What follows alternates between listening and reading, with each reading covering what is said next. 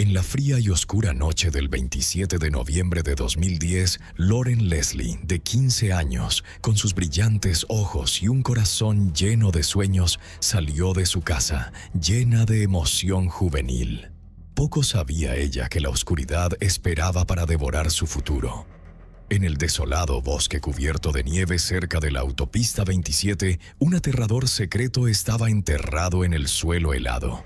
El cuerpo sin vida de Lauren, desechado como una escalofriante advertencia.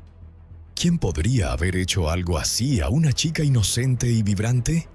La respuesta se oculta en las sombras, donde una aterradora verdad se revelaría, descubriendo una serie de crímenes inimaginables. Espero que todos estén de buen humor hoy, pero el caso que tenemos para ustedes podría dejarlos un poco perturbados. Saben, hay todo tipo de películas de terror realmente sangrientas, pero ninguna se compara con lo que este tipo ha hecho. ¿Qué es él? ¿Qué clase de persona puede hacer algo así? Nuestra historia de hoy tiene lugar en Prince George, una ciudad en la parte norte de Columbia Británica. La ciudad lleva el nombre del rey Jorge III de Inglaterra. Prince George es relativamente aislada, y comparada con Vancouver, que también está en BC, es muy tranquila. No hay rascacielos ni calles bulliciosas y alrededor de la ciudad hay un denso bosque. La economía local se basa principalmente en la silvicultura y la ganadería. Por otro lado, la ciudad es más famosa por una carretera, una que es infamemente conocida como la Autopista de las Lágrimas. La autopista 16 se extiende por 2.960 kilómetros y el segmento en BC es particularmente notorio. En los últimos 50 años, la policía estima que al menos 70 mujeres han desaparecido mientras hacían autostop a lo largo de esta carretera. Prince George en sí no es mucho mejor que las aldeas a lo largo de la autopista 16. En 2010, 2011 y 2012, Prince George fue clasificada consistentemente como una de las peores en la revista Maclean's, destacando sus luchas continuas. George ha sido clasificada como la ciudad más peligrosa de Canadá, sin duda. La tasa de criminalidad de la ciudad es del 114% de la media nacional. A pesar de esto, Prince George todavía atrae a alrededor de 705,000 residentes, incluido nuestro protagonista Cody Legebokov. Cody Legebokov nació el 21 de enero de 1990 en su ciudad natal de Fort St. James, una aldea muy pequeña en Columbia Británica con una población de solo 1,400 en 2011. La familia de Cody era relativamente adinerada. Sus padres heredaron un aserradero de sus antepasados y en 2009 lo vendieron, ganando millones en el proceso. Creciendo, Cody pasó mucho tiempo con su familia pescando y cazando. En los fríos inviernos disfrutaba especialmente del esquí. Durante la escuela secundaria, Cody era muy querido por sus compañeros. Era apasionado por los deportes, participando en el equipo de esquí y en el equipo de hockey de la escuela. Según sus compañeros de clase y amigos, Cody era un estudiante promedio, con calificaciones normales, amigable y aficionado a los deportes. No había nada particularmente destacable en él. Después de graduarse de la escuela secundaria, al igual que muchos jóvenes, Cody dejó su pequeña aldea para buscar vida en la ciudad. Finalmente eligió Prince George, a 2 horas en auto. Allí compartió un apartamento con 3 amigas.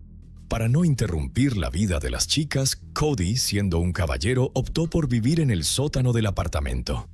Dejó que las 3 chicas se quedaran en las habitaciones de arriba. Al igual que él, las 3 chicas también eran de Fort St. James y todas estaban muy familiarizadas entre sí.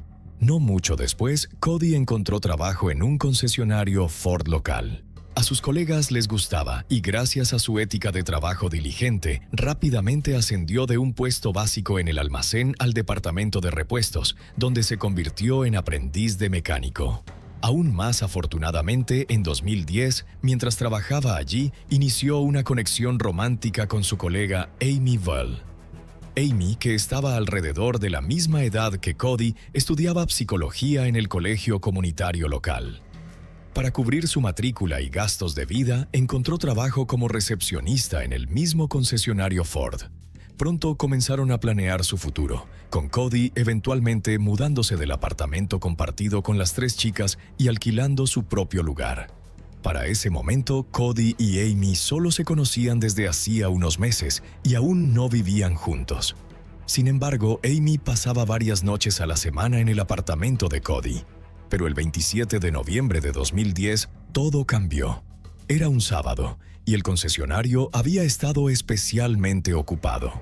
Después de un largo día de trabajo, los dos regresaron al apartamento de Cody. Después de ver algo de televisión, Cody se quedó dormido con la cabeza en el regazo de Amy. Al ver lo exhausto que estaba y sabiendo que aún era temprano, Amy decidió conducir a casa para pasar el fin de semana con su familia. Era alrededor de las 6:30 p.m., pero tan pronto como Amy se fue, Cody se despertó de inmediato. 3 horas después, alrededor de las 9:30 p.m., la noche se había vuelto fría, con una fuerte nevada cayendo del cielo. La temperatura había bajado a 10 grados. Un joven oficial llamado Aaron estaba patrullando la autopista 27 en ese momento, conduciendo su autopatrulla. De repente, no muy lejos, un SUV GMC negro salió disparado de un camino lateral. El vehículo iba a gran velocidad y al girar incluso se desvió brevemente hacia el carril en sentido contrario. Al ver esto, el oficial Aaron no sonó la sirena de inmediato.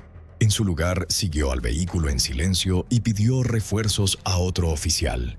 Parece que, debido a la intensa nevada, el conductor del SUV no se había dado cuenta de que la patrulla lo seguía. El SUV continuó aumentando la velocidad.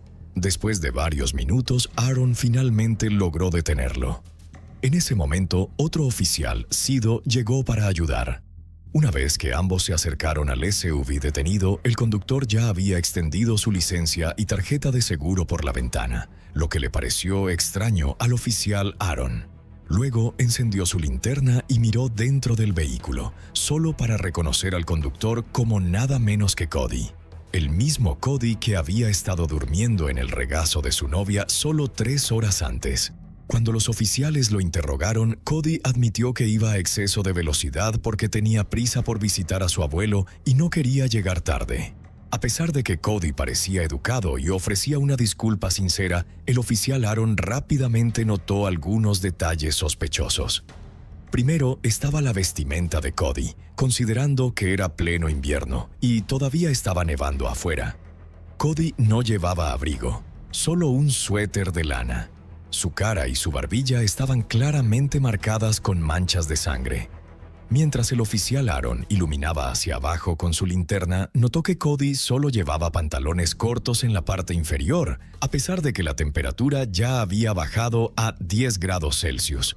Era difícil imaginar cómo Cody podía soportar tanto frío. Más importante aún, también había manchas de sangre en sus piernas y alrededor de su boca. En el portavasos del auto había una lata de cerveza latte abierta.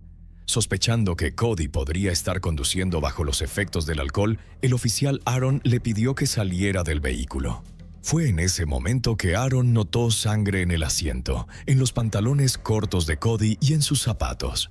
Después de registrarlo, el oficial Aaron encontró una navaja suiza en la persona de Cody y una de las cuchillas tenía manchas de sangre. Cuando se le preguntó sobre la sangre en la navaja y en su cuerpo, Cody explicó que había estado involucrado en algunas actividades vergonzosas con su amigo Thomas. Habían cazado ilegalmente un ciervo y Thomas lo había disparado con un rifle. Sin embargo, el ciervo aún no estaba muerto.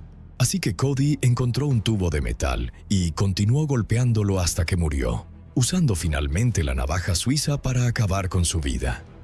Admitió que no tenía licencia de caza y sabía que era ilegal, pero agregó que solo era un chico de campo, y así hacían las cosas en el campo. Cuando se le preguntó por qué solo llevaba pantalones cortos, Cody explicó que tenía prisa porque iba tarde. Así que solo agarró un par de pantalones y salió de casa. Considerando las actividades de caza ilegal de Cody, los oficiales contactaron a la Agencia de Protección Ambiental cercana. La agencia indicó que enviarían a un oficial de cumplimiento para ayudar con la investigación. Mientras esperaban la llegada del oficial de cumplimiento ambiental, los dos oficiales realizaron una inspección exhaustiva del vehículo de Cody. En la parte trasera del auto encontraron un tubo de metal que efectivamente tenía manchas de sangre. Al mismo tiempo, una mochila con un patrón de monos dentro del auto llamó la atención de los oficiales. La mochila estaba metida en el compartimento trasero del vehículo. Al abrir la bolsa, encontraron una billetera negra que pertenecía a una chica. La identificación dentro de la billetera mostraba que la chica era Lauren Leslie, una adolescente de 15 años que acababa de ser reportada como desaparecida. Fue en ese momento que el oficial Hill de la Agencia de Cumplimiento Ambiental llegó a la escena. Después de escuchar los relatos de los otros oficiales, el oficial Hill volvió a interrogar a Cody sobre la caza ilegal. Hill presionó a Cody, sugiriendo que si analizaban la muestra de sangre, probablemente confirmaría que pertenecía a un ciervo. Cody dudó y finalmente estuvo de acuerdo. Hill enfatizó que esta era la oportunidad de Cody para proporcionar la historia completa antes de que se gastaran recursos en investigar más, insinuando las inconsistencias en el relato de Cody. El oficial Hill, con 30 años de experiencia en cumplimiento ambiental, observó cuidadosamente las respuestas de Cody. La extraña vestimenta de Cody y su increíble historia llevaron rápidamente al oficial Hill a creer que las cosas no eran tan simples como parecían. Instruyó a los oficiales para que mantuvieran un ojo en Cody mientras él conducía solo, siguiendo las huellas de neumáticos del vehículo de Cody. Las huellas lo llevaron de regreso al pequeño camino del que Cody había venido anteriormente. A pesar de que ya eran más de las 11 p.m., la intensa nevada iluminaba el área alrededor del ciervo. Pronto, el oficial Hill descubrió 2 filas de huellas que siguió más adentro del bosque. En poco tiempo se encontró con un rastro de manchas de sangre que eran especialmente llamativas contra la nieve blanca. Siguiendo el rastro de sangre, el oficial Hill pronto encontró a una chica tendida en un charco de sangre. Su cuerpo aún tenía algo de calor, lo que indicaba que había fallecido recientemente. Sus pantalones largos habían sido bajados hasta las rodillas y su rostro estaba tan desfigurado por la sangre que era irreconocible. Un corte profundo marcaba su cuello. Al ver esto, el oficial Hill alertó de inmediato a los otros 2 oficiales e instruyó que arrestaran a Cody, marcándolo como el principal sospechoso en un caso de asesinato. Cody, visiblemente angustiado, preguntó: ¿Cuándo puedo llamar a mi papá? Hill le dijo que esperara. Pero Cody insistió, negando cualquier mala conducta y repitiendo su solicitud para hablar con su padre. Hill le recordó su derecho a contactar a un abogado, pero Cody rechazó la sugerencia, insistiendo: «Llamaré a mi papá». A medida que la situación se intensificaba, la frustración de Cody estalló. «No entiendo por qué estoy aquí. No hice nada», exclamó. Hill se mantuvo sereno, afirmando firmemente: «Estás arrestado por asesinato». Cody negó rotundamente el cargo, insistiendo repetidamente: «No maté a nadie». A pesar de las protestas de Cody, Hill se mantuvo firme, explicando que las pruebas y la investigación en curso justificaban el arresto. Antes se había indicado que el rostro de la víctima estaba tan golpeado que era irreconocible, lo que hacía imposible para la policía identificarla. Después de ingresar los detalles de la víctima en el sistema policial, lograron contactar a su madre, Duna. Duna explicó que su hija, Lauren, había salido por la tarde y no había regresado. Le había dicho a su madre que iba a encontrarse con una amiga para tomar un café. Cuando la policía informó a Duna que la mochila de su hija había sido encontrada en el auto de un extraño, su ansiedad alcanzó su punto máximo. Al escuchar el nombre de su hija, rezó por un milagro. Sin embargo, el informe del forense pronto aplastó cualquier esperanza restante. A través de 2 tatuajes encontrados en las manos y el cuerpo de Lauren, la policía confirmó que la chica en la nieve era efectivamente Lauren. Lauren Leslie, de 15 años en 2010, había estado viviendo con su madre tras el divorcio de sus padres. Residían en una pequeña aldea con una población de poco más de 900 personas. En el momento del incidente, Lauren era estudiante de 10º grado en una escuela secundaria local. Había nacido con un raro defecto genético que le causó perder visión en un ojo. El otro ojo solo tenía un 50% de visión. A pesar de su discapacidad congénita, Lauren no perdió su pasión por la vida. Amaba remar y nadar, y tenía un especial gusto por chatear en línea. En ese momento había un sitio web popular en Canadá llamado Nexovia, que era ampliamente utilizado por los jóvenes. Muchas personas en el sitio tenían nombres de usuario como Dando un baño a las ovejas, y Lauren no era la excepción. Como muchos estudiantes, publicaba mensajes en los foros y compartía fotos en su perfil. Esta niña inocente y de buen corazón pronto llamó la atención de un chico de campo, nada menos que nuestro personaje principal, Cody. La noche del 27 de noviembre, alrededor de las 8:00 p.m., Lauren le dijo a su madre que había planeado salir a tomar un café con una amiga que había conocido en línea. Su madre, Duna, le recordó a Lauren que tuviera cuidado e insistió en que regresara a casa antes de la 1:00 a.m.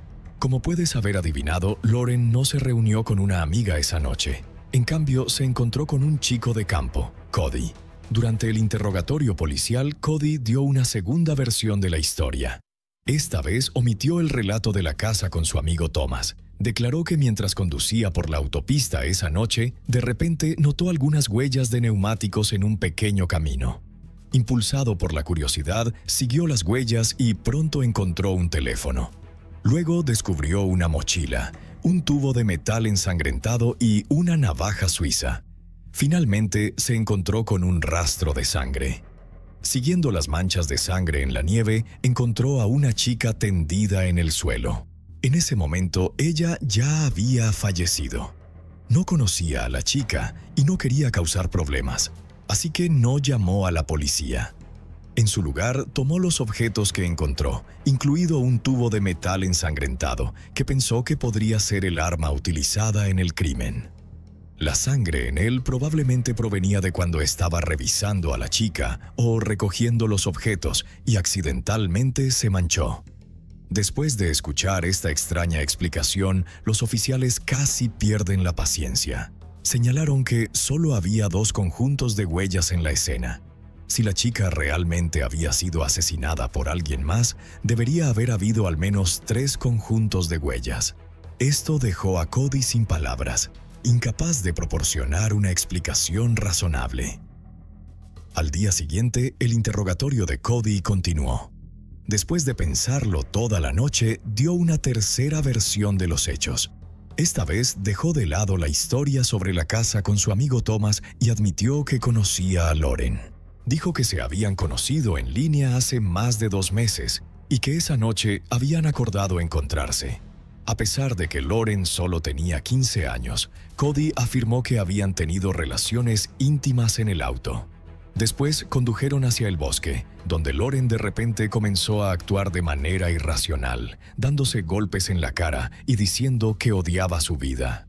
Cuando Cody detuvo el auto, Lauren, aún alterada, recogió un tubo de metal del suelo y comenzó a golpearse en la cabeza y la cara con él.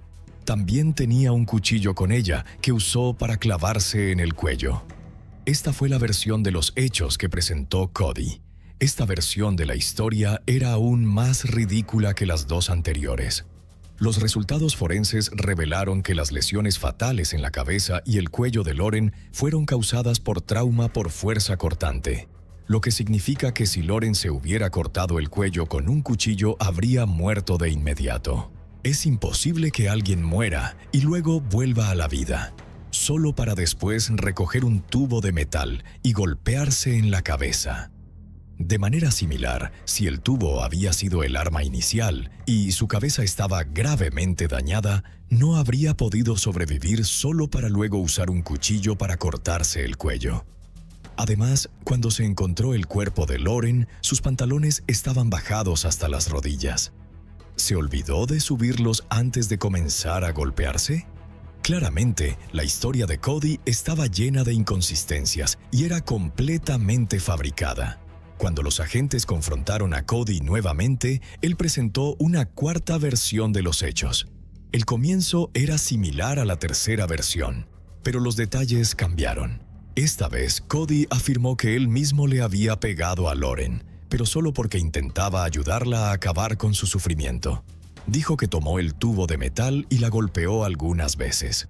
En este punto, los investigadores trajeron a la novia de Cody, Amy, con la esperanza de que ella pudiera hacer que Cody confesara. Sin embargo, este enfoque no fue exitoso. En verdad, los investigadores no esperaban ni necesitaban que Cody dijera la verdad porque la evidencia física en la escena, los registros de chat en línea entre Lauren y Cody y los mensajes de texto eran suficientes para probar que Cody era el asesino. La policía creía que, después de que su novia, Amy, se fuera, Cody pretendió quedarse dormido. Tan pronto como ella se fue, contactó de inmediato a Lauren en línea pidiéndole que saliera para una cita. Los mensajes de texto de Lauren mostraron que ella le había dejado claro a Cody que su encuentro era solo para hablar, sin intención de ninguna relación íntima, y acordaron encontrarse cerca de la escuela. Después de que Cody recogió a Lauren en su auto, probablemente tenía la intención de agredirla, pero Lauren se resistió. Después del asesinato, Cody desechó el cuerpo de Lauren en la nieve. La policía registró minuciosamente el apartamento de Cody y el sótano que había alquilado previamente. Descubrieron que este hombre era verdaderamente sucio.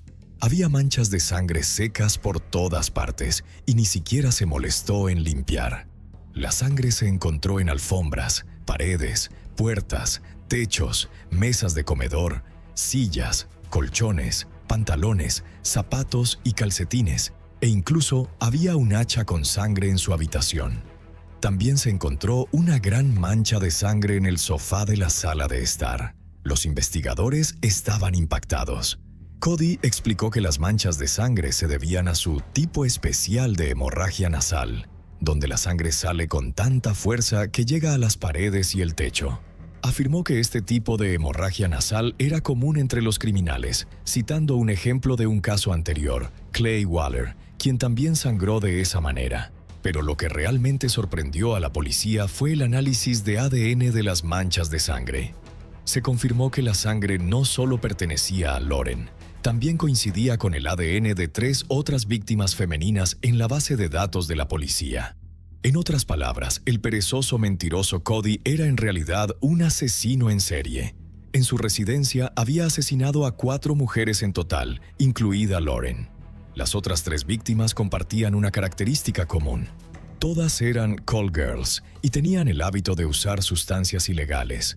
Su primera víctima fue Jill Stuchenko, de 35 años, cuya desaparición ocurrió el 22 de octubre de 2009, cuando Cody solo tenía 19 años y ya tenía 6 hijos. En sus esfuerzos por mejorar su vida familiar y su salud, había intentado en varias ocasiones dejar las sustancias, todas las cuales habían fracasado. 4 días después de la desaparición de Jill, su cuerpo fue encontrado en una zona desértica en las afueras del condado de Prince George. Su cabeza había sufrido un trauma severo y la policía extrajo ADN de un hombre desconocido. El ADN coincidió completamente con el de Cody. Las manchas de sangre en la alfombra y el sofá de su apartamento fueron confirmadas como de Jill. El segundo asesinato de Cody tuvo lugar 10 meses después. La víctima fue una mujer de 23 años, madre de 2 hijos, que fue vista por última vez saliendo de la casa de una amiga el 31 de agosto de 2010. Después de eso, desapareció sin dejar rastro. Su cuerpo nunca ha sido encontrado, pero meses después se descubrieron manchas de sangre de ella en el apartamento de Cody, en las paredes, el suelo e incluso en sus pantalones cortos. El éxito de sus 2 primeros asesinatos pareció animar a Cody, llevándolo a acelerar su racha de asesinatos. Apenas 2 semanas después del segundo asesinato, Cynthia Mass, de 35 años, desapareció el 10 de septiembre de 2010. Su cuerpo fue encontrado en un parque el 8 de octubre de 2010. Posteriormente, los investigadores encontraron sangre en un hacha de mango largo y en los calcetines de Cody en su apartamento, confirmando su implicación en el crimen. La policía cree que Cody utilizó el mismo método para atraer a estas 3 mujeres a su apartamento. Después de confiscar sus sustancias ilegales, las mató. Fue un momento que muchos creyeron que salvó vidas en una noche de hace casi 4 años, cuando Cody Legebokov fue detenido en la autopista 27 tras salir de un camino lateral de Tala. El hombre que una vez caminó por las calles de Prince George es ahora el asesino en serie más joven de Canadá. 4 años después del crimen, en 2014, Cody, ahora con la cabeza rapada, luchó por su vida. A pesar de los esfuerzos de su abogado por retratarlo como arrepentido en el tribunal, estaba claro que Cody no era un buen actor. Permaneció impasible durante todo el juicio. Cuando el fiscal le preguntó cómo se sentía al matar a varias mujeres, Cody hizo una pausa por un momento y luego dijo sin expresión: nada. A pesar de esto, Cody aún insistía en su inocencia. Afirmó que Lauren, obviamente, se había hecho daño a sí misma y que él no tenía nada que ver con eso. En cuanto a Jill, Cynthia y Natasha, admitió que efectivamente fueron asesinadas en su apartamento, pero insistió en que los asesinos eran otros. Cody dijo que en ese momento estaba bebiendo con 2 traficantes de sustancias, X e Yika, en su apartamento. Después hicieron una llamada telefónica y trajeron a la primera víctima. Una vez que la víctima había terminado su servicio, los traficantes de sustancias X e Y afirmaron que ella les debía dinero, lo que los enfureció. Entonces decidieron que tenían que matarla. Así que mataron a Jill frente a Cody. Cody solo les ayudó a deshacerse del cuerpo después. Las historias de las 2 víctimas siguientes, Cynthia y Natasha, fueron bastante similares. La única diferencia fue que los personajes cambiaron de X e Y a X y Z. Cody no podía decir quién eran X, Y y Z porque eran traficantes de sustancias. Si los denunciaba, buscarían venganza contra él, incluso contra su familia. Para ser honesto, no sé qué estaba pensando Cody durante el juicio. ¿Realmente pensó que alguien creería estas historias? A medida que avanzaba el juicio, el abogado de Cody se dio cuenta de que intentar lograr que el imaginativo Cody fuera absuelto era casi imposible. Así que, después de discutirlo con Cody, el abogado propuso que Cody se declarara culpable de asesinato en 2º grado. Sin embargo, la fiscalía rechazó esta oferta de inmediato. Después de 3 meses de largas audiencias, la policía presentó 6.000 páginas de evidencia sin prueba física. Al final, el jurado tardó menos de un día en encontrar a Cody culpable de 4 cargos de asesinato en 1er grado por unanimidad. El presidente de la Corte Suprema de Columbia Británica, Glenn Parrott, sentenció a Cody a cadena perpetua sin posibilidad de libertad condicional durante 25 años. Esta fue la pena máxima bajo la ley canadiense. Al dictar la sentencia, el juez Glenn Parrott dijo que no había duda en su mente de que todos los asesinatos ocurrieron mientras Cody estaba cometiendo o intentando cometer actos abusivos contra sus víctimas, y calificó su historia sobre los traficantes de sustancias X, Y y Z de absurda. Estas no son las acciones de un simple asesino, dijo, sino de algo infinitamente peor. Sabes, hay todo tipo de películas de horror realmente sangrientas, pero no se acercan ni un poco a lo que este tipo ha hecho. Después del juicio, el juez también elogió al joven oficial Aaron, que detuvo a Cody ese día. Si no hubiera sido por él, se cree que Cody habría continuado su racha de asesinatos. Cody comenzó sus asesinatos en octubre de 2009 y continuó hasta noviembre de 2010. En solo un año ya había matado a 4 personas. Su frecuencia de asesinatos, que empezó como 1 cada 6 meses, eventualmente se escaló a 1 cada pocas semanas. Es aterrador pensar que si no fuera por ese fatídico encuentro con el oficial Aaron, nunca sabríamos cuántas más vidas habría arrebatado Cody. Un aspecto importante de la sentencia necesita ser señalado. Canadá tiene una cláusula muy humana conocida como el último deseo, o algunos la llaman la última esperanza. Específicamente, esto significa que si un criminal es condenado a cadena perpetua, esta cláusula les permite solicitar la libertad condicional después de cumplir 15 años en prisión. Esta controvertida cláusula fue aprobada en la ley canadiense, pero luego provocó indignación pública y la gente comenzó a llamarla la cláusula de la Santa Madre. Eventualmente, la cláusula fue derogada con una votación de 202 a 74. Aún así, para los prisioneros encarcelados antes del 2 de diciembre de 2011, todavía aplicaba. Cody fue arrestado en noviembre de 2010, por lo que es elegible para solicitar esta cláusula. Esto significa que tan pronto como en un año, en 2025, si Cody se comporta bien después de cumplir 15 años, podría salir potencialmente de prisión. Entonces, ¿qué piensas de la historia de hoy? ¿Qué opinas de Cody, este chico rural? ¿Crees que en menos de un año podríamos ver a Cody caminando por las calles nuevamente? Siéntete libre de dejar tus pensamientos en la sección de comentarios a continuación. Hoy estamos en North Oak Cliff, Dallas, Texas. En 2020, este vecindario era hogar de James, conocido como Jamie y Jennifer Faith, una pareja que había estado junta durante 15 años. Se conocieron en una cita a ciegas y hablaron durante horas esa misma noche. Era como si se conocieran de toda la vida. No podían creer cuántas cosas tenían en común. Desde ese momento fueron inseparables. Jennifer se había casado 2 veces antes y tenía una hija, Amber, de su primer matrimonio. Su esposo en ese momento le había dicho que no quería hijos y su relación se desmoronó cuando ella descubrió que estaba embarazada. Jennifer logró terminar su tesis, graduarse y dar a luz a Amber, todo en un solo mes.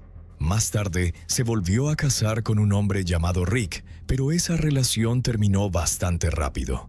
Muchos años después, conoció a Jamie, y todos a su alrededor decían que eran la pareja perfecta. Jamie se dedicó de inmediato y con todo su corazón a Jennifer y Amber. La pareja se casó en Las Vegas en 2012. Amber, que adoraba a Jamie como a un padre, finalmente le pidió que la adoptara y lo hiciera oficial. Jamie se emocionó y firmó los papeles sin dudar.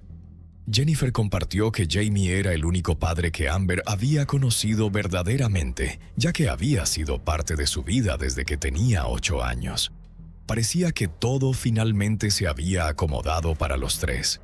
Los amigos estaban encantados de ver a Jennifer encontrar el amor nuevamente después de tantas desilusiones, y de ver a Jamie, quien una vez pensó que permanecería soltero para siempre, encontrar una familia que valorar. Eran conocidos como una pareja divertida, siempre ansiosos por socializar y organizar reuniones. Jennifer trabajaba en administración de salud y juntos parecían haber construido una vida feliz y plena. Jamie había trabajado como ejecutivo en el departamento de TI de American Airlines durante 7 años. Sus amigos decían que las computadoras y la tecnología siempre habían sido su pasión, desde sus días en la escuela. Ascender en su carrera parecía un camino natural para él. Amy también era un ávido jugador y un fanático de los deportes. Jamie y Jennifer disfrutaron de una vida cómoda juntos, llena de viajes y aventuras compartidas. Cuando US Airways se fusionó con American Airlines y el trabajo de Jamie requirió que se mudara, la pareja aceptó el cambio. La familia Faith se mudó a Dallas, estableciéndose en una hermosa casa en una tranquila calle de la cuadra 1000 de calle South Waverly. Su relación estaba llena de gestos pensativos. Frecuentemente intercambiaban regalos, incluso sin una ocasión especial, y disfrutaban cada oportunidad para celebrar. Para el día de San Valentín de ese año, Jennifer le dio a Jamie un libro personalizado expresando su gratitud por hacer su vida tan maravillosa. El 8 de octubre de 2020, la pareja celebró el 15º aniversario de su primera cita, un hito significativo. A la mañana siguiente, alrededor de las 7:00 am, Jamie y Jennifer salieron a caminar con su perro, Maggie. La mañana estaba tranquila y serena, con la luz del día ya rompiendo. La cámara del timbre ring capturó su salida de la casa y caminando por la calle. Sin previo aviso, un hombre enmascarado apareció detrás de ellos. Sacó un arma y disparó 9 disparos rápidos. 7 de las balas impactaron a Jamie, 3 en la cabeza, 3 en el pecho y 1 en la ingle. Mientras los disparos resonaban y Jennifer gritaba, los vecinos comenzaron a salir de sus casas, alarmados por el alboroto. Después del ataque a Jamie, el tirador centró su atención en Jennifer. La derribó al suelo y le ató las muñecas con cinta adhesiva. El atacante luego intentó quitarle los anillos a Jennifer y hasta intentó hacerle daño a su perro, Maggie. Mientras tanto, mientras Jamie yacía inmóvil en el suelo, el hombre desgarró el anillo de bodas de Jamie, saltó a una pequeña camioneta negra y se alejó a toda velocidad. El aire estaba impregnado del olor a pólvora mientras los vecinos permanecían paralizados en estado de shock, muchos llamando frenéticamente al 911. Las autoridades llegaron rápidamente, pero era demasiado tarde. Jamie Faith, de 49 años, fue declarado muerto en el lugar. Los vecinos consternados se reunieron para consolar a Jennifer mientras ella permanecía afuera, abrumada por el dolor. La escena era tanto impactante como desgarradora. Solo un día antes, Jennifer había estado celebrando su 15º aniversario de boda. Esa mañana, lo que debería haber sido una caminata pacífica con su perro se convirtió en una pesadilla. En un instante, su esposo fue asesinado justo ante sus ojos, dejando sus vidas y las de Amber completamente destrozadas. La policía confirmó que el sospechoso había intentado atar las manos de Jennifer con cinta adhesiva para robarle las joyas y que puede haber estado intentando secuestrarla. Jennifer describió al atacante como un hombre enmascarado, posiblemente de ascendencia latina. Él huyó cuando ella gritó pidiendo ayuda. La policía está desesperada por encontrar al asesino que le quitó la vida a Jamie Faith. Creen que se fue en una Nissan Titan negra con una calcomanía de Texas Ranger en la ventana trasera. A pesar de lo afectada que estaba Jennifer, la policía no perdió tiempo y rápidamente le pidió que entrara y diera una declaración.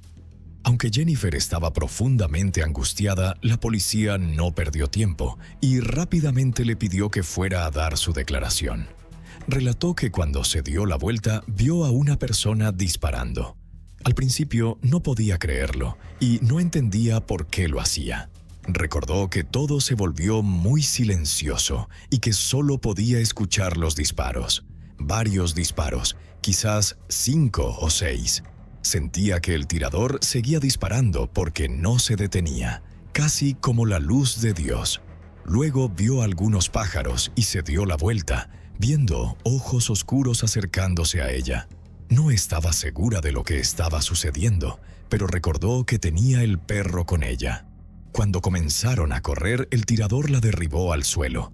Que algo así sucediera a plena luz del día era asombroso, y nadie podía sacar conclusiones sobre quién querría a Jamie muerto. Pero, lamentablemente, la policía dijo que el asesinato de Jamie era uno de muchos crímenes violentos en Dallas ese año. La ciudad de Dallas reportó más de 200 homicidios solo en 2020. Sin embargo, en este caso, el perpetrador había sido excepcionalmente audaz, asumiendo riesgos significativos. Todo sobre el ataque parecía personal y deliberado. ¿Podría Jamie haber conocido a su asesino? ¿O fue un robo que salió trágicamente mal? Pero incluso eso no tenía sentido del todo. Jamie había sido disparado antes de que le quitaran algo, lo que hacía que el robo pareciera un pensamiento posterior. ¿Por qué un asesinato tan brutal y dirigido? ¿Fue el hecho de atar a Jennifer un intento de secuestro? Había tantas preguntas sin respuesta y capas por desentrañar. Jennifer solo pudo describir al tirador como un hombre de constitución robusta que llevaba una máscara facial azul y una sudadera oscura.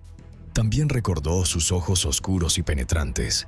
Jennifer expresó su frustración y dolor, reconociendo los desafíos que enfrentaban las autoridades, pero lamentando que esto no la acercara a las respuestas que buscaba.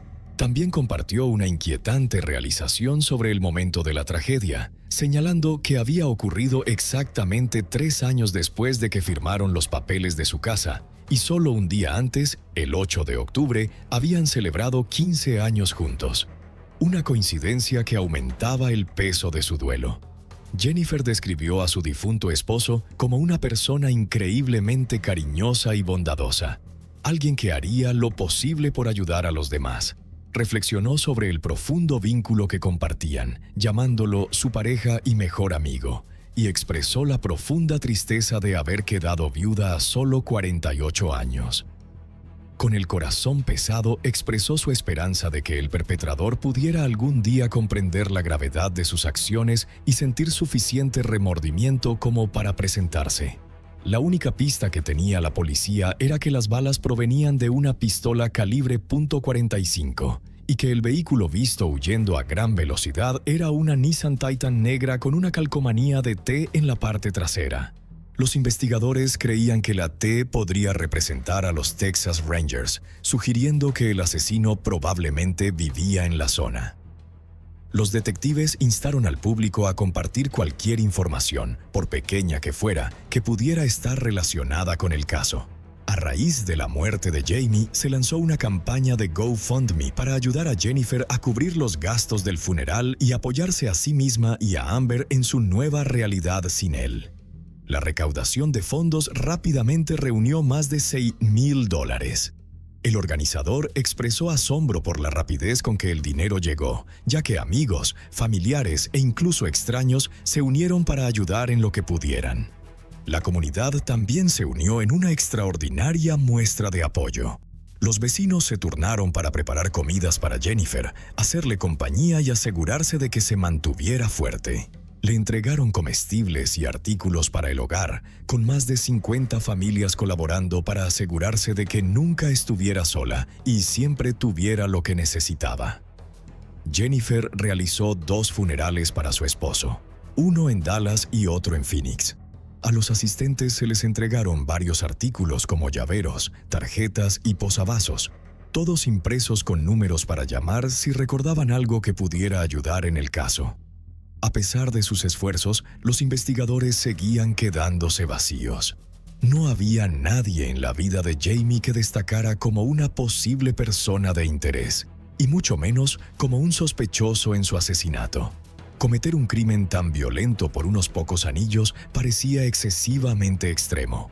Los expertos especulaban que el crimen tenía todas las características de un asesinato profesional.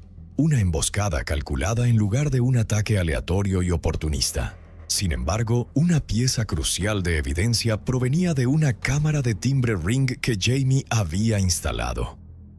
La cámara cerca de su puerta trasera capturó algo escalofriante. En las primeras horas de la mañana, justo antes de que Jamie fuera asesinado, se vio a un hombre caminando en el jardín de la casa de al lado. La casa estaba vacía en ese momento, lo que añadía otra capa de misterio al caso. Era evidente que el hombre capturado en la cámara Ring no era un vecino, pero su complexión coincidía con la descripción que había proporcionado Jennifer. Visto alrededor de las 12:00 am, acechando cerca de la casa del hombre que sería asesinado solo unas horas después, este individuo le dio a la policía motivos sólidos para creer que no se trataba de un robo aleatorio o impulsivo. Era un asesinato premeditado. Los detectives necesitaban hablar con Jennifer nuevamente, esperando que pudiera recordar algún detalle que ofreciera más pistas. Le pidieron revisar su teléfono y ella se lo entregó de buena gana. Sin embargo, lo que encontraron fue inesperado. Entre el contenido del teléfono, las autoridades descubrieron un mensaje de texto que Jennifer había enviado a un amigo mencionando a un hombre llamado Darrin. Admitió haber tenido una aventura emocional con él. Sin embargo, curiosamente, no había mensajes de texto entre Jennifer y Darrin en su teléfono. Pero los detectives pudieron descubrir su apellido y su ubicación. Su nombre era Darrin López y vivía a más de 600 millas de distancia, justo fuera de Nashville, en una vasta propiedad rural. Los investigadores en el área de Darrin descubrieron que él poseía un vehículo que coincidía exactamente con la marca y modelo que la policía estaba buscando. Una camioneta pickup Nissan Titan negra con una calcomanía de los Texas Rangers. La información fue comunicada de vuelta a la policía de Dallas, quienes coordinaron una búsqueda aérea de la propiedad de Darrin y lo pusieron bajo vigilancia. Efectivamente, la camioneta estaba estacionada allí. Las autoridades obtuvieron rápidamente los registros bancarios y de teléfono de Darrin, y con esta nueva evidencia, el caso comenzó a avanzar rápidamente. A diferencia del teléfono de Jennifer, el dispositivo de Darrin aún contenía todos los mensajes que se intercambiaron entre ellos. Los investigadores descubrieron una extensa comunicación entre el 20 de septiembre y el 20 de octubre, llenando vacíos críticos en su línea de tiempo. En solo un mes, Darrin y Jennifer habían intercambiado más de 4.000 llamadas y mensajes de texto, cientos cada día. Extrañamente, la única vez que parecieron no tener contacto fue durante el periodo de 28 horas que rodeó el tiroteo de Jamie. El 8 de octubre, el día en que Jennifer y Jamie celebraban su aniversario, Darrin llevó su auto a servicio antes de ingresar la dirección de Jamie y Jennifer en Google Maps. Su teléfono fue rastreado más tarde mientras emprendía un viaje de casi 12 horas hacia Dallas, Texas. En el camino, Darrin se detuvo en estaciones de gasolina para llenar su tanque, comprar un Red Bull y retirar efectivo. A medida que comenzaron a circular imágenes de la camioneta del sospechoso, que mostraban prominentemente el decal de los Texas Rangers en la ventana trasera, Jennifer le envió a Darrin un mensaje con un enlace a un artículo sobre el caso. El artículo incluía una foto de la camioneta, y Jennifer le advirtió que quitara la calcomanía de la puerta trasera del vehículo de inmediato. Al día siguiente, Darrin retiró el decal, pero ya era demasiado tarde.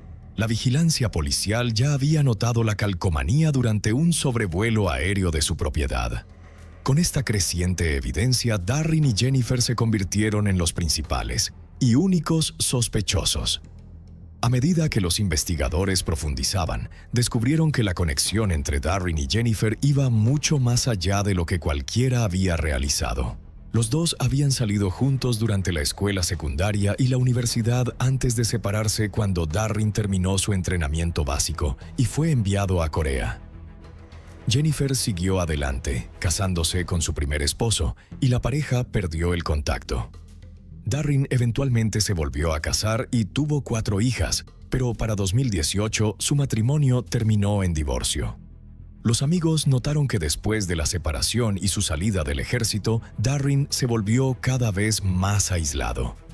Mientras servía, había sufrido una lesión cerebral traumática por la explosión de una bomba en la carretera en Irak que mató a 19 de sus amigos. Al dejar el ejército, Darrin luchó con el trastorno de estrés postraumático, TEPT, y sumado a su situación de vida remota y el divorcio en curso, su soledad se profundizó. Sus hijas eventualmente se mudaron para vivir con su madre, y cuando llegó la pandemia, los amigos de Darrin se preocuparon profundamente de que se retirara aún más en el aislamiento. Sin embargo, Darrin vio la pandemia como una oportunidad para reconectar con viejos amigos. En marzo de 2020, Darrin se puso en contacto con Jennifer a través de un correo electrónico que encontró en su perfil de LinkedIn, 7 meses antes de que Jamie fuera asesinado. En su primer correo electrónico, Darrin compartió que había estado siguiéndola en las redes sociales durante un par de meses. Escribió sobre su vida, sus hijos y sus recuerdos compartidos, incluso mencionando cómo Jennifer lo había ayudado sin saberlo a soportar 20 años en el ejército. Darrin admitió que había querido contactarla durante mucho tiempo y que a menudo había pensado en ella a lo largo de los años. Jennifer respondió solo unas horas después, y su respuesta estaba llena de entusiasmo. Confesó que también había estado buscándolo y que incluso sabía sobre la pérdida de su padre en 2015. Su correo era significativamente más largo y detallado que el de Darrin, profundizando en cada aspecto de su vida, su familia, sus matrimonios e incluso adjuntando fotos. Terminó su mensaje con un comentario ligero, reconociendo la longitud de su respuesta y expresando que no había tenido la intención de escribir tanto, pero no pudo detenerse una vez que comenzó a escribir. Esperaba que él estuviera bien y se sintiera feliz. Admitió que lo había extrañado a lo largo de los años y recordó momentos en los que había querido comunicarse. También expresó gratitud por su persistencia en reconectar con ella, despidiéndose cálidamente con amor, Jen. Al poco tiempo estaban teniendo una aventura emocional, discutiendo planes de 5 años y sueños de estar juntos algún día. Jennifer lo llamó su alma gemela, pero Darren expresó duda. Aunque había sentimientos entre ellos, no quería ser el que rompiera su matrimonio. Jennifer confesó que no había intimidad entre ella y Jamie, y Darren la animó a ser honesta sobre cómo se sentía realmente. Sin embargo, aún parecía que faltaba una pieza del rompecabezas. Los investigadores continuaron revisando los correos electrónicos, recuperando mensajes borrados. Mientras tanto, Jennifer, sin saber que estaba siendo investigada, intentaba cobrar el pago del seguro de vida. En noviembre de 2020, inició una reclamación con la empresa de seguros de vida Metropolitan por $629,000, solo para descubrir que no podía retirar nada hasta que la policía la descartara como sospechosa. Le envió un mensaje de texto a Darren, y los dos parecían seguros de que eventualmente obtendrían el dinero. Incluso discutieron comprar una casa juntos en Tennessee. Desde su reconexión, Jennifer le había dado a Darren mucho dinero y regalos, incluyendo un televisor nuevo y 2 tarjetas de crédito, que pagó con los $6,000 que había recibido de una campaña de GoFundMe. Darren estaba en serios problemas financieros, con su casa al borde de la ejecución hipotecaria. Afortunadamente, Darren encontró apoyo en Jennifer. En un correo electrónico, ella le proporcionó sus 2 tarjetas de crédito principales, explicando que una no tenía límite y la otra tenía un saldo significativo disponible. Le aseguró que no dudara en usarlas para cualquier gasto necesario. Con la llegada de 2021, la policía finalmente sintió que tenía suficiente evidencia para actuar y arrestar a Darren, pero antes de hacerlo, querían ver si la pareja cometía algún error adicional. El 10 de enero, el detective organizó una reunión con Jennifer. Antes de la reunión, Jennifer le envió un mensaje a Darren indicándole que no la contactara el lunes. Explicó su plan de restablecer de fábrica su teléfono después de eliminar sus mensajes. Jennifer también elaboró una historia de tapadera, aconsejándole a Darren que dijera que era un viejo amigo que estaba pasando por un divorcio, con quien hablaba todas las noches para brindar apoyo emocional a sus hijas, en caso de que los investigadores hubieran accedido a los registros telefónicos y lo hubieran interrogado. Al día siguiente, 11 de enero de 2021, la policía se presentó en la casa de Darren con esposas. Darren fue arrestado por un cargo de asesinato estatal y también acusado de un delito federal relacionado con armas. Se declaró no culpable de ambos cargos y fue retenido bajo una fianza de $1 millón. En su casa, la policía encontró la misma arma que buscaban en relación con el asesinato de Jamie, confirmada mediante pruebas balísticas, y tenía tarjetas de crédito a nombre de Jennifer. Más tarde, también se encontraron rastros de sangre de Jamie en la pistola. En su auto también se halló una máscara facial azul que se pensaba que había sido usada el día del asesinato de Jamie. Después de su arresto, se habló con Jennifer, pero ella negó que hubiera algo inapropiado entre la pareja, diciendo que solo eran amigos cercanos.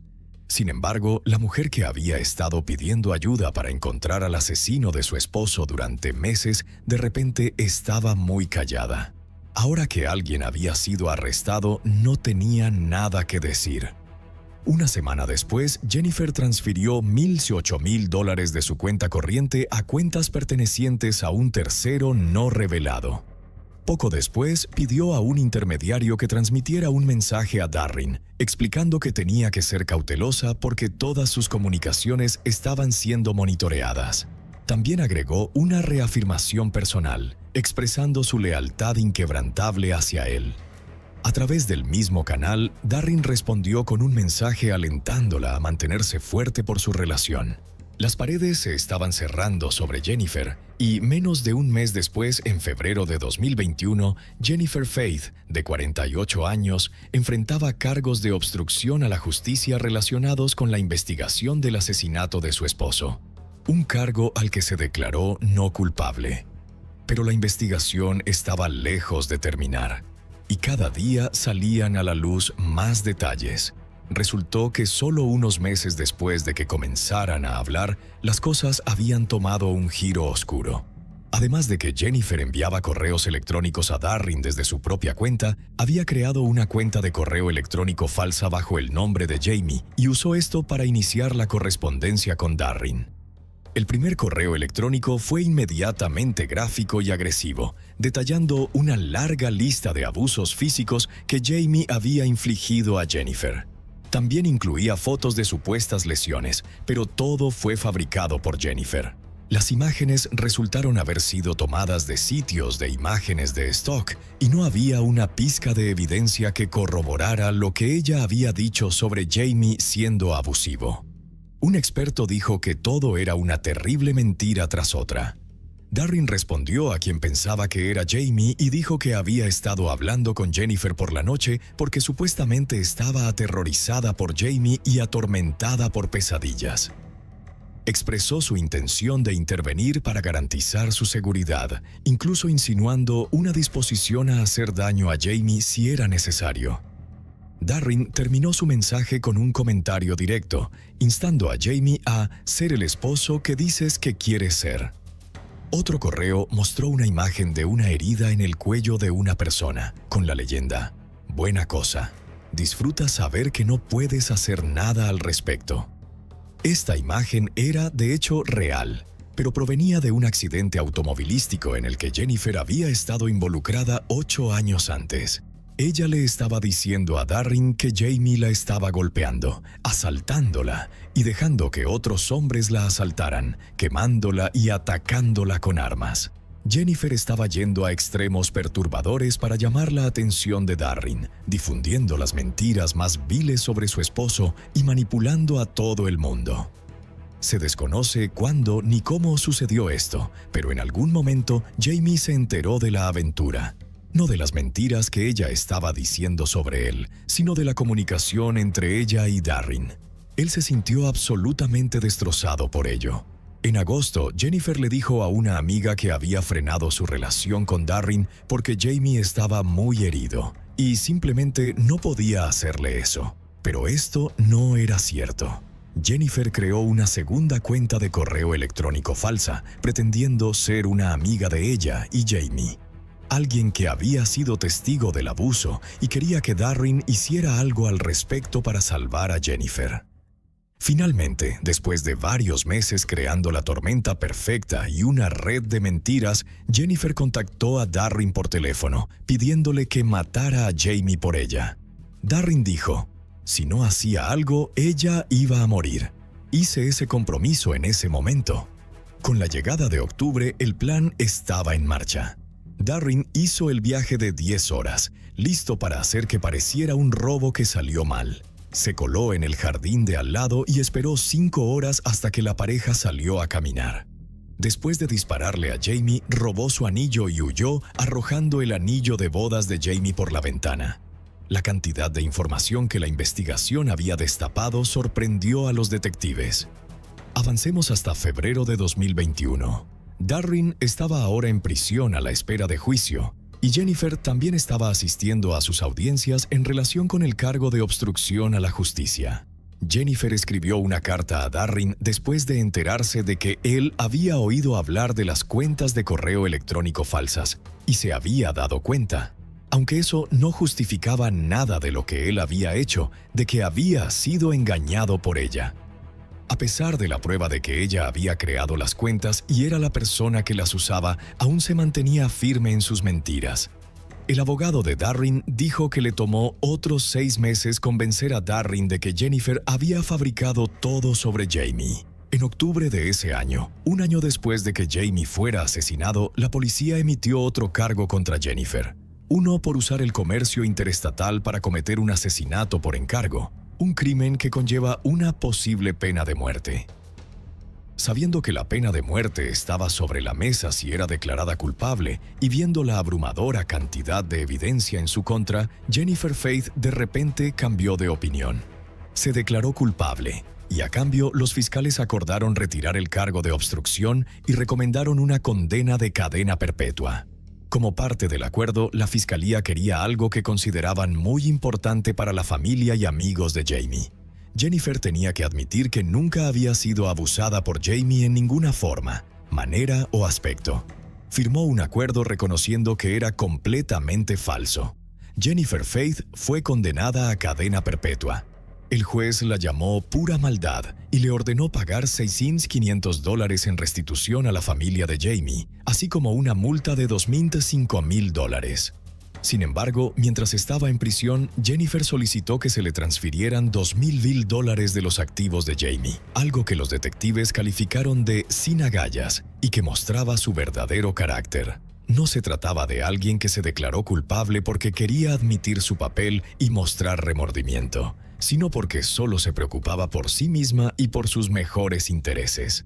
El segundo esposo de Jennifer, Rick, también se pronunció y dijo que, por terrible que fuera la situación, en realidad no estaba sorprendido.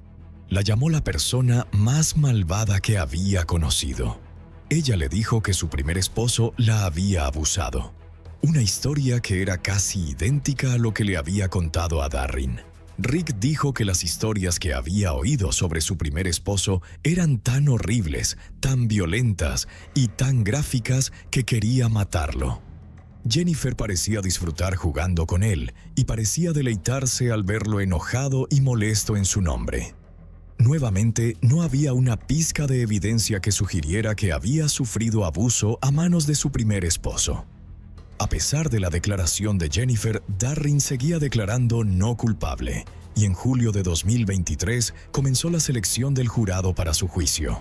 Su abogado argumentó que, dado que Darren creía que Jennifer estaba enfrentando un daño inminente cuando disparó a Jamie, podría considerarse un caso de legítima defensa según la ley de Texas.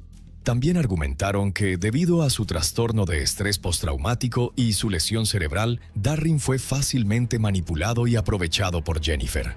Si era condenado por asesinato en primer grado, Darren enfrentaba un rango de sentencia de 5 a 99 años. Si era hallado culpable de asesinato en segundo grado, el rango de sentencia sería de 2 a 20 años. Había tanto que presentar al jurado: textos, correos electrónicos, las cámaras de seguridad, la camioneta, la pistola, sin importar cuántos testigos fueran llamados. Realmente solo había una persona de la que el público y los medios querían escuchar: Darren mismo. Y para su sorpresa, él eligió testificar y compartir su versión de la historia.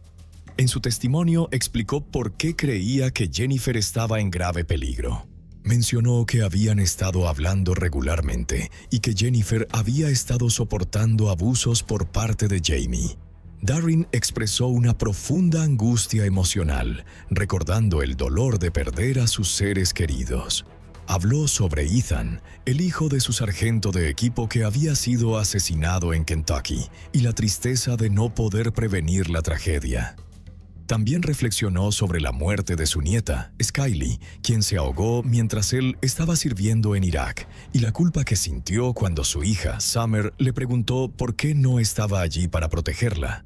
Darren explicó que estas pérdidas personales lo hicieron más susceptible a la manipulación de Jennifer, ya que siempre quería proteger a su familia. Admitió que sus acciones habían herido no solo a él, sino también a sus seres queridos. Darren expresó su arrepentimiento por el daño que causó a la hija de Jennifer y enfatizó que nunca le quitaría intencionalmente a su padre. Cuestionó cómo Jennifer podría hacer algo tan cruel a su propia hija. El equipo de defensa argumentó que Darren López había sido manipulado por Jennifer Faith, citando su lesión cerebral y el TPT de su servicio militar como factores que lo hacían más vulnerable a su influencia. Darren se presentó como una víctima de estas circunstancias, pero también reconoció cómo su defensa podría ser percibida por el jurado, expresando que no quería ser visto como completamente inocente en la situación, ya que sentía que sería una falta de respeto hacia la víctima, Jamie Faith. En sus argumentos de cierre, el fiscal rechazó enérgicamente las afirmaciones de la defensa. Indicaron que la idea de que Darren estaba justificado en matar a Jamie Faith era tan absurda como los correos electrónicos fabricados presentados en el caso. Incluso si el jurado creyera todo lo que Darren había dicho, argumentó el fiscal, eso aún no podría justificar el asesinato. El fiscal enfatizó que el servicio militar de Darren le había hecho ver el peligro de manera diferente. Y aunque Jennifer Faith no estaba siendo juzgada, sus acciones estaban profundamente conectadas al caso. Sugerían que la estrategia de la defensa era implicar que Darren actuó por necesidad, influenciado por la manipulación de Jennifer. Pero el fiscal creía que esta narrativa no podía absolverlo de responsabilidad. En julio de 2023, casi 3 años después de que Jamie fuera asesinado, se llegó a un veredicto. Darren López fue condenado a 62 años de prisión y una multa de $1,000. El ahora de 51 años dijo que cuando fue arrestado realmente creía que valía la pena porque había salvado las vidas de Jennifer y Amber de lo que pensaba que era una persona peligrosa. Agregó que planeaba presentar una apelación. Sin embargo, todos reconocieron que había mostrado remordimiento por matar a Jamie y que al menos había admitido su parte. En una entrevista con Dateline 2020 se le preguntó a Darren: ¿crees que ella realmente te amó alguna vez? Se encogió de hombros y dijo: no lo sé. Fuentes dicen que Amber se mudó de la zona con el perro de la familia, Maggie, y aún habla con su madre en prisión un par de veces a la semana. Todos los que donaron al GoFundMe fueron reembolsados. Como en muchos casos que cubrimos, hay más preguntas que respuestas. ¿Qué hizo que Jennifer hiciera esto? ¿Qué la llevó a pensar que era una buena idea y la única solución? ¿Cómo pasó de estar en una relación de 15 años con un hombre de quien hablaba maravillas a planear su asesinato solo unos meses después? ¿Qué la llevó a poner en marcha un plan tan retorcido, arrastrando el nombre de Jamie a través del asesinato que cometió y luego facilitando su final? La forma en que todo escaló es aterradora. Lo que todos decían sobre Jamie Faith era que adoraba a su esposa y a su hija, Amber. Tenía la familia perfecta, el trabajo perfecto y a sus ojos la vida perfecta. Una vida que había esperado mucho tiempo. Que esta vida le fuera arrebatada en circunstancias tan aterradoras, sin saber que la mujer que pensaba que era su alma gemela había orquestado todo, es verdaderamente trágico. ¿Qué piensas sobre este caso? Nos encantaría conocer tu opinión. El hombre escoltado en el coche de policía, preparándose para enfrentar un juicio en la imagen, es Dmitry Chernyshov. Su rostro tan inmóvil como una piedra, sus ojos escalofriantemente vacíos. Pero detrás de esa fachada sin emociones yace un crimen a sangre fría que conmocionó a Rusia en agosto de 2022. Anastasia Grishman, su novia, una joven modelo de OnlyFans y TikToker, fue encontrada sin vida en una bañera. Su cuerpo acribillado con heridas de puñal, la sangre ya fría desde días antes. Tras matarla con al menos 6 puñaladas, Dmitry dejó tranquilamente su cuerpo en el apartamento cerrado con llave y huyó como si fuera un objeto inanimado. Nadie escuchó sus gritos, nadie supo qué había pasado. Solo una joven estrella apagada en silencio y un asesino emergiendo de las sombras con un corazón vacío. Si eres lo suficientemente valiente para sumergirte en esta historia de traición, violencia y un amor que se volvió asesino, síguela hasta el final. Anastasia Kamlovskaya, una joven de San Petersburgo, más conocida en línea como Anastasia Grishman, soñaba con convertirse en una influyente de primer nivel. Decidida a alcanzar el éxito a toda costa, construyó una base de más de 3,000 seguidores en plataformas sociales en solo unos pocos años. Carismática, excéntrica y multitalentosa, Anastasia tenía una presencia en línea vibrante que resonaba con muchos. A pesar de su radiante personalidad y chispa creativa, la vida de Anastasia terminó abrupta y trágicamente. Tenía grandes sueños. Estaba planeando un nuevo comienzo, esperando dejar atrás el caos y empezar un nuevo capítulo. Tristemente, alguien en quien alguna vez confió y amó se aseguró de que eso nunca ocurriera. Anastasia Kamlovskaya nació el 7 de febrero de 1996 en San Petersburgo. Era hija única de sus padres. Su padre, un alcohólico, abandonó a la familia poco después de su nacimiento, dejando a su madre, Elena, para criarla sola. A pesar de trabajar en 2 empleos, Elena siempre luchaba por llegar a fin de mes. Los primeros años de Anastasia estuvieron lejos de ser fáciles. Su padre no jugó ningún papel en su crianza. Nunca proporcionó apoyo financiero ni mostró interés en su vida. Anastasia y su madre vivían juntas en una habitación de dormitorio estrecha en las afueras de la ciudad. No había siquiera espacio para una cama separada. Así que, hasta los 12 años, Anastasia todavía dormía en la misma cama que su madre. Como adolescente, Anastasia aún no tenía un espacio privado que pudiera considerar propio. Carecía incluso de un pequeño rincón para estar sola con sus pensamientos. Esto le pesaba emocionalmente, pero apenas podía cambiar su realidad. En la primavera de 2008, Elena llevó a Anastasia a la ciudad de Culpino, donde vivía su antigua suegra, y la dejó al cuidado de la anciana. Anastasia apenas conocía a su abuela antes de esto, pero rápidamente se unieron y se llevaban bien. En ese momento, su padre vivía en otro lugar y no tenía contacto con su madre ni con su hija. La abuela de Anastasia vivía en una casa modesta, pero por primera vez la joven tenía su propia cama e incluso su propia habitación. Estaba emocionada. Sin embargo, las visitas de su madre se volvieron cada vez más raras, lo que la entristecía profundamente. Elena comenzó a enfocarse en su propia vida.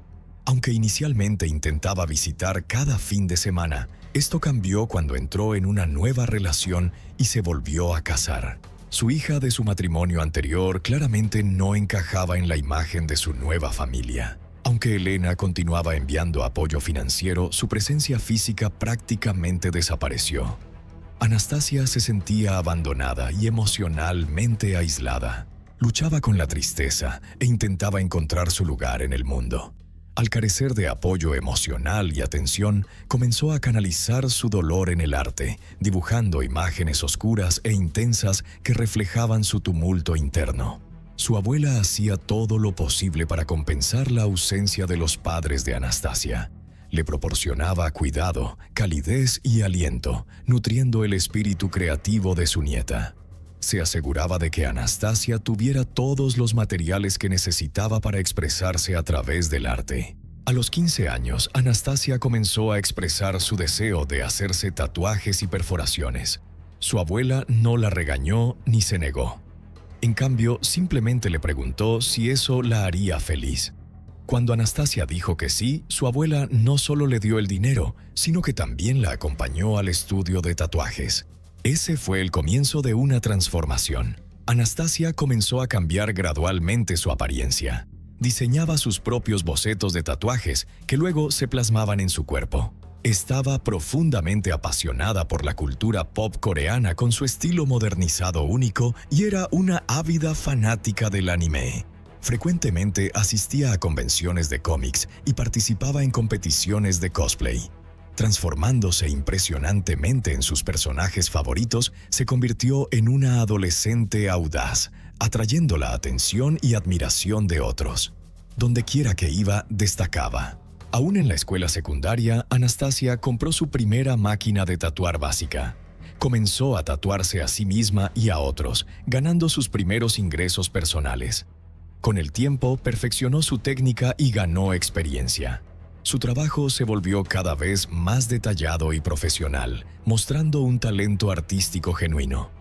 A los 18 años apenas quedaba espacio en su piel.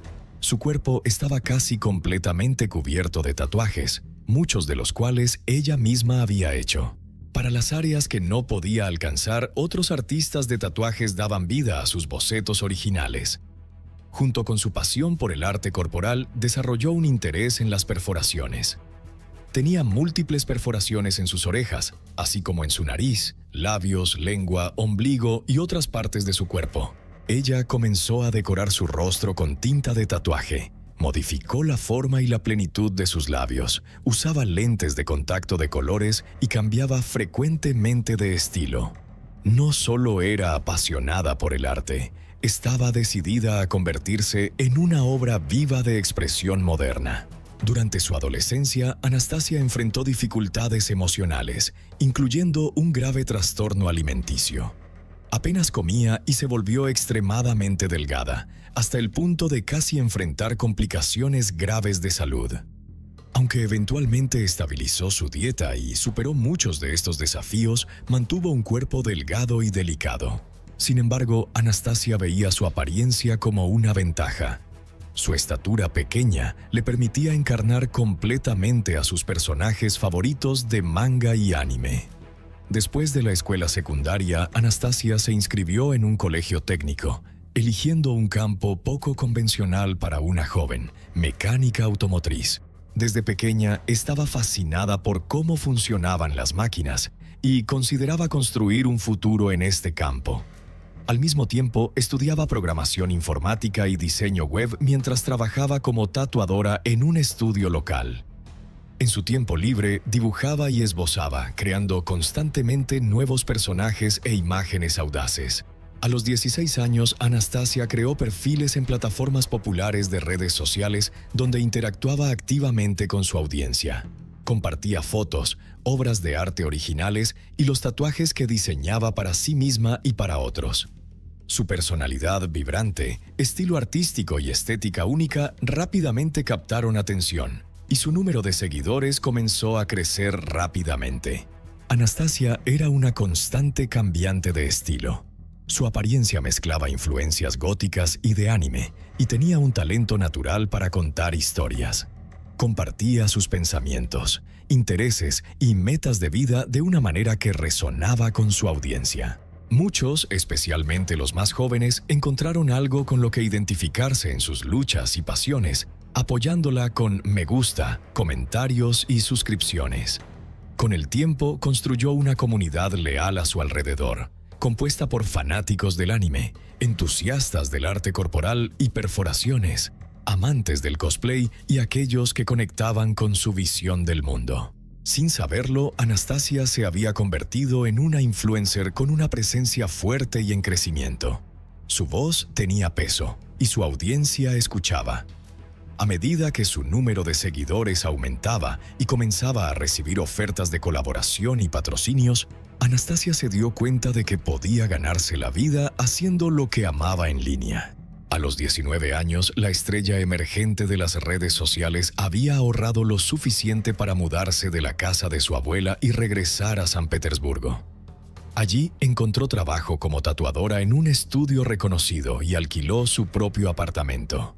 Tras mudarse, adoptó un nombre artístico más impactante, Anastasia Grishman, y comenzó a considerar llevar sus talentos a la televisión. Audicionó para un programa de telerrealidad popular similar a Bad Girls Club, pero no llegó a la selección final. Los productores sintieron que no encajaba del todo en el molde que buscaban. La veían como una creativa no conformista, en lugar del personaje audaz y confrontacional que el programa quería. Aún así, Anastasia no se desanimó. Redobló sus esfuerzos para construir su presencia en línea. Para 2019, a los 23 años, Anastasia se había convertido en una tatuadora conocida y solicitada. Ganaba un ingreso estable, mentorizaba a otros en el oficio y comenzó a ofrecer cursos de diseño web. Alrededor de la misma época se unió a TikTok y su popularidad explotó. Avanzando un poco, la base de seguidores de Anastasia en redes sociales eventualmente superó los 3.000 CEO. Pero no estaba contenta con detenerse ahí. Su objetivo era convertirse en una influencer con 1 millón de seguidores. Tenía el talento, la determinación y el impulso para lograrlo, hasta que conoció a un hombre cuyas acciones primero rompieron su espíritu y luego le quitaron la vida. ¿Quién era Dmitry Chernyshov? Dmitry Chernyshov nació el 15 de febrero de 1998 en la ciudad de Moscú. Su madre falleció cuando era muy pequeño, dejándole solo vagos recuerdos de ella. Poco después, su padre se volvió a casar. Dmitry fue criado por una madrastra que mostraba poco afecto y raramente le daba la atención o el cuidado que necesitaba. Al carecer de amor y apoyo emocional, Dmitry creció reservado, tímido y callado. Su pasatiempo favorito era dibujar. Junto con la escuela regular, comenzó a asistir a un estudio de arte local, donde hizo sus primeros amigos y gradualmente se abrió, sintiéndose más cómodo con los demás. Al entrar en su adolescencia, el comportamiento de Dmitri comenzó a cambiar. Empezó a interactuar más con amigos, tanto en persona como en línea. En sus perfiles de redes sociales compartía su amor por la música y la poesía, a menudo publicando reflexiones personales, a veces melancólicas, sobre la vida y la muerte. Sin embargo, su estilo de escritura era torpe y en ocasiones ligeramente preocupante. Hablaba abiertamente de su fascinación por caminar entre cementerios. Decía que encontraba paz al estudiar fotos de mujeres jóvenes en lápidas, imaginando cómo podrían haber sido sus cortas vidas. También compartía diseños de tatuajes, principalmente bocetos de autos y frases en kanji japonés. En algunas ocasiones describía lo que creía que era su pareja ideal, enfocándose no solo en rasgos de personalidad, sino también en apariencia y edad. Estas publicaciones parecían extrañas, especialmente porque Dmitri ya estaba en una relación a largo plazo con Margarita, una chica que conoció en la secundaria. Margarita compartía muchas de sus opiniones y lo apoyaba en todo. Cuando Dmitri decidió mudarse a San Petersburgo en 2017, ella no se opuso. En cambio, se encargó de organizar toda la mudanza. Compró los boletos, encontró un apartamento para ellos y comenzó a preparar su nueva vida. Para llegar a fin de mes, tanto Dmitri como Margarita tomaron varios trabajos freelance. Ofrecían servicios de diseño web y desarrollo de software mientras aceptaban cualquier trabajo que pudieran encontrar. Dmitri también disfrutaba restaurando autos y buscaba oportunidades en ese campo. No está claro exactamente cuándo Dmitri comenzó a crear contenido para adultos, pero involucró a Margarita en el proyecto. Ella se convirtió en su socia comercial y coprotagonista. Dmitri asumió el rol de productor y actor, creando guiones, conceptos de personajes y disfraces, a menudo trabajando junto a Margarita. Esta actividad controvertida y sin licencia generaba ingresos significativos. Sin embargo, Dmitri se quedaba con la mayor parte del dinero y tomaba todas las decisiones financieras. A Margarita no parecía importarle, confiaba plenamente en él y dependía de él para la dirección. Para 2020, Dmitri se había comprado un Mercedes-Benz que presumía orgullosamente en las redes sociales. También es notable que Dmitri tenía 2 condenas previas, una por robo antes de mudarse a San Petersburgo y otra por evadir el servicio militar obligatorio. Como resultado, tenía legalmente prohibido salir del país, pero esta restricción no parecía molestarle en ese momento. Margarita conoció a Anastasia Grishman cuando visitó su estudio para hacerse un tatuaje. Las dos mujeres conectaron rápidamente y se hicieron amigas. Anastasia trabajaba meticulosamente y Margarita quedó encantada con el resultado. Así que cuando Dmitri quiso un nuevo tatuaje más tarde, Margarita no dudó en recomendar a Anastasia, llamándola una de las mejores en el negocio. Dmitri llevó su boceto a ella y juntos con Anastasia finalizaron el diseño y programaron una serie de sesiones para completar la pieza. Desde su primer encuentro quedó claro que había una chispa entre ellos. Mientras trabajaban juntos, Dmitri y Anastasia a menudo charlaban casualmente, sus conversaciones volviéndose gradualmente más personales y profundas. Descubrieron que tenían mucho en común. Ambos crecieron en hogares monoparentales llenos de dificultades. Ambos carecían de amor y atención de sus familias, y ambos eran almas artísticas con una pasión por los tatuajes, el anime y los autos. Lo más importante, compartían un feroz deseo de fama, sin importar el costo. Su vínculo creció rápidamente. Comenzaron a pasar tiempo juntos fuera del estudio, asistiendo a exhibiciones de autos, convenciones de tatuajes y eventos temáticos de anime. Lo que comenzó como una amistad casual se convirtió en un romance apasionado. Intentaron mantener su relación en secreto, ya que Dmitri aún estaba en una relación seria con Margarita, con quien había estado saliendo durante casi 5 años. Pronto, Margarita se dio cuenta de lo que estaba pasando. Lamentó profundamente haber presentado a su novio a la excéntrica Anastasia. Al principio intentó abordar la situación con calma a través de conversaciones, pero las respuestas de Dmitri eran vagas y poco convincentes. Finalmente, Margarita comenzó a confrontarlo directamente, expresando celos, haciendo demandas e insistiendo en que dejara de ver a Anastasia. Dmitri prometió que lo haría, pero nunca cumplió. Margarita veía las señales del fin, pero no podía decidirse a dejarlo ir. Había dejado su ciudad natal por Dmitri. Había entrado en una industria cuestionable bajo su influencia y lo había apoyado en todo, emocional, financiera y profesionalmente. Ahora él estaba listo para dejarla por Anastasia. La situación se volvió más dolorosa cuando se reveló que Dmitri había comprado un auto caro para Anastasia. Nunca había hecho gestos tan generosos hacia Margarita y ya nadie creía que su relación con Anastasia era simplemente platónica. En un momento de angustia emocional, Margarita presuntamente dañó el auto e incluso amenazó con hacerse daño. Pero incluso eso no fue suficiente para detener a Dmitri. Dmitri se mudó del apartamento que compartía con Margarita y se fue al lugar alquilado de Anastasia. Para entonces, Anastasia ya era una figura destacada en línea con cientos de miles de fans. Su nueva relación rápidamente se convirtió en un tema de interés entre sus seguidores y Dmitri comenzó a ganar fama a través de su asociación con ella. Para alguien como Dmitri, que siempre había anhelado fama y atención, esto era un sueño hecho realidad y lo logró a través de su relación con Anastasia. Se convirtió en su manager, ayudando con su presencia en redes sociales, creando contenido y vendiendo cursos en línea.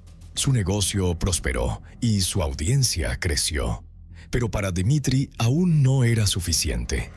Pronto Dmitri convenció a Anastasia para que se convirtiera en su socia en la creación de contenido para adultos, prometiendo mayor fama y recompensas financieras.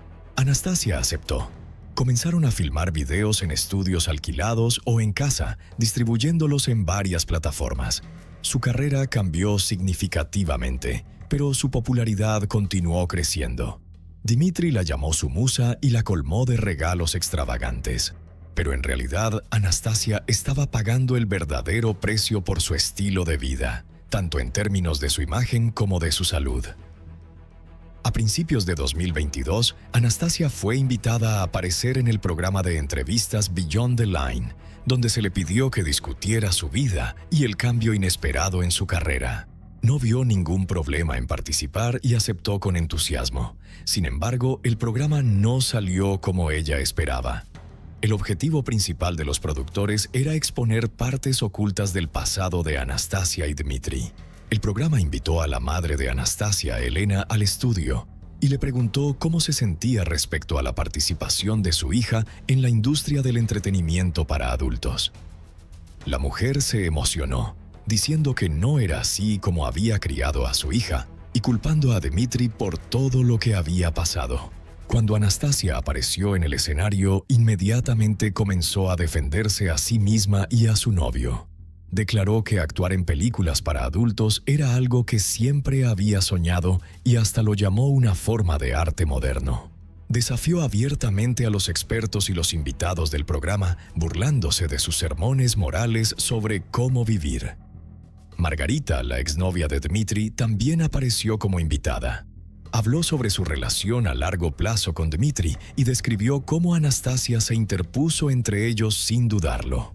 Margarita afirmó que Dmitri estaba más interesado en la fama de Anastasia que en ella como persona y que tenía la intención de explotarla para su propio beneficio. También describió a Dmitri como emocional y físicamente agresivo hacia sus parejas. Cuando se le preguntó si estaba preocupada de que su hija pudiera estar viviendo con un abusador, Elena lo desestimó. Dijo que Dmitri parecía tranquilo e incapaz de hacerle daño a alguien. En pantalla, Dmitri parecía incómodo y no podía hablar con claridad. Muchos espectadores encontraron extraño ver a dos mujeres atractivas y confiadas compitiendo por alguien que parecía tan insignificante y fuera de lugar. Unos meses después de que se emitiera el programa, donde Anastasia había defendido ferozmente a Dmitri, su relación comenzó a desmoronarse. Dmitri había abandonado por completo su trabajo tecnológico y ahora dependía únicamente de los ingresos de Anastasia, presionándola para que apareciera en contenido cada vez más frecuente. Anastasia se sentía atrapada en esta situación. Decidió que era hora no solo de terminar la relación, sino de dejar el país por completo. Para entonces, Anastasia había ahorrado suficiente dinero para hacer el cambio. Confió a una amiga cercana que estaba considerando seriamente mudarse a Corea del Sur. Su plan era abrir una clínica de tatuajes allí y había comenzado a investigar los aspectos legales y comerciales de ello. Empezó a vender algunas de sus pertenencias y a prepararse para una conversación difícil con Dmitri. Su ruptura no fue fácil. Dmitri sabía que si Anastasia se iba, él perdería todo: vivienda, ingresos y su creciente fama en línea. Aún así, a finales de julio de 2022, Anastasia finalmente logró convencerlo de que recogiera sus cosas y se mudara de su apartamento. Algunos creen que estaba tan decidida porque una nueva persona había entrado en su vida: el bloguero e influencer Carol Cadson. El 31 de julio, Anastasia se reunió con Carol y pasaron un momento maravilloso, disfrutando de la compañía del otro mientras paseaban. Sin embargo, pocas horas después de que se separaran, Carol recibió un mensaje inesperado de Anastasia. Ella dijo que sería su última reunión y que no quería volver a verlo. Carol quedó sorprendido e intentó llamarla, pero no respondió. Después de esa noche, el comportamiento de Anastasia cambió drásticamente. Dejó de reunirse con alguien en persona y ya no contestaba llamadas telefónicas. Solo respondía por mensajes de texto, a menudo diciendo que quería estar sola y necesitaba tiempo para procesar las cosas. Aunque continuó publicando en redes sociales y compartiendo historias, dejó de hacer transmisiones en vivo. Su madre y sus amigas más cercanas fueron las primeras en expresar preocupación. No sabían qué estaba pasando realmente. Anastasia prácticamente había desaparecido, existiendo solo en línea. El 2 de agosto, una amiga cercana de Anastasia se encontró con Dmitri en un evento social. Cuando se le preguntó por Anastasia, dijo algo inquietante: que su exnovia le había pedido ayuda para desaparecer y que él lo había hecho. Se negó a dar más detalles, pero la amiga sabía que algo horrible había pasado. Durante una semana, la amiga guardó silencio, sin saber qué hacer, esperando que Anastasia estuviera viva y se contactara. Finalmente, el 9 de agosto, decidió llamar a las autoridades y compartir todo lo que sabía. Las fuerzas del orden llegaron al apartamento de Anastasia ese mismo día, pero nadie respondió. Rompieron la puerta y entraron. Dentro, la escena era caótica. Maletas a medio hacer estaban en el suelo y la cama estaba empapada. En el baño encontraron el cuerpo sin vida de Anastasia. Tenía 29 años y había estado desaparecida durante más de una semana. Su cuerpo ya comenzaba a descomponerse. El médico forense confirmó que su muerte se debió a múltiples heridas de puñal en la espalda y el abdomen. Parecía que estaba preparándose para su mudanza cuando fue brutalmente atacada. Dmitri se convirtió inmediatamente en el principal sospechoso y fue arrestado al día siguiente. El 8 de agosto, después de su reunión con Carol, Anastasia regresó a casa. Dmitri apareció poco después y vio las maletas empacadas. Se dio cuenta de que ella se iba y que su relación había terminado. Quizás ella le habló sobre su nuevo novio. Según Dmitri, tuvieron una discusión acalorada. En un ataque de furia tomó un cuchillo y las cosas se salieron de control. Afirmó que huyó en pánico, pero regresó más tarde para ayudar y encontró a Anastasia ya muerta. Dijo que trasladó su cuerpo fuera de la habitación, lo dejó allí y luego fingió que sus cuentas de redes sociales seguían activas para hacer creer a la gente que estaba viva. Ese mismo día, después de consultar con un abogado, Dmitri cambió su historia. Afirmó que Anastasia estaba severamente deprimida y le había pedido ayuda para terminar con su vida. Insistió en que solo la asistió a su solicitud. Durante una recreación para los investigadores, Dmitri demostró cómo apuñaló a Anastasia. pero cuando se le preguntó cuáles fueron sus últimas palabras, admitió que ella le había suplicado que llamara a los servicios de emergencia, contradiciendo su afirmación de que quería morir. En los meses siguientes, Dmitri regresó al apartamento varias veces. Selló y tapó con cinta adhesiva las rejillas de ventilación y las rendijas para retrasar el olor de la descomposición, incluso vertiendo perfume que encontró en el apartamento sobre el cuerpo de Anastasia.